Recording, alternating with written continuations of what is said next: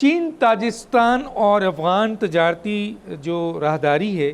اس کے لیے بھی شاید آپ کی وزارت جو ہے وہ کام کر رہی ہے، اور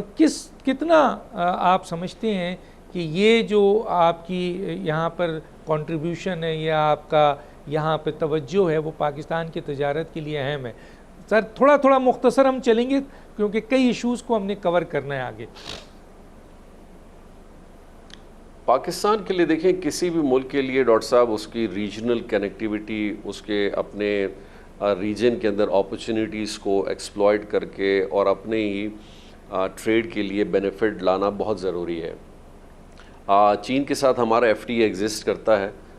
ظاہر بات ہے چائنا کے ساتھ اگر آپ کا ایف ٹی اے جو پہلے ہو چکا ہے اس کے ہم نے کچھ چیزوں میں فائدے بھی دیکھے ہیں، لیکن کچھ چیزوں میں کمپٹیشن اور نقصان بھی دیکھا ہے، جہاں ان کا ٹریڈ ہمارے ساتھ ایکسپورٹ زیادہ ہے اور ہمارا کم ہے، لیکن اس سال اس میں بھی ہم نے انکریز دیکھا ہے، پچھلے سال کے مقابلے میں $1 بلین بڑھا ہے۔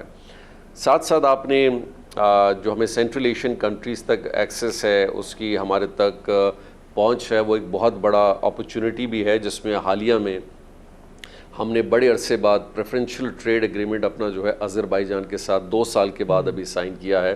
9 لائنز کے اوپر، جس میں ہم ایک دوسرے کے ساتھ نہ صرف ٹریڈ کریں گے بلکہ ٹرانزٹ ٹریڈ ایگریمنٹ بھی ہم نے آذربائیجان کے ساتھ اپنا ابھی حالیہ میں پریزیڈنٹ آئے تھے سائن کیا۔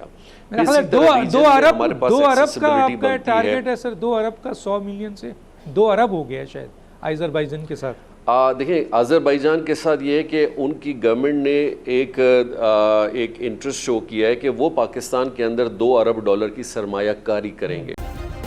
سبسکرائب کریں اور بیل دبائیں تاکہ کوئی خبر رہ نہ جائے۔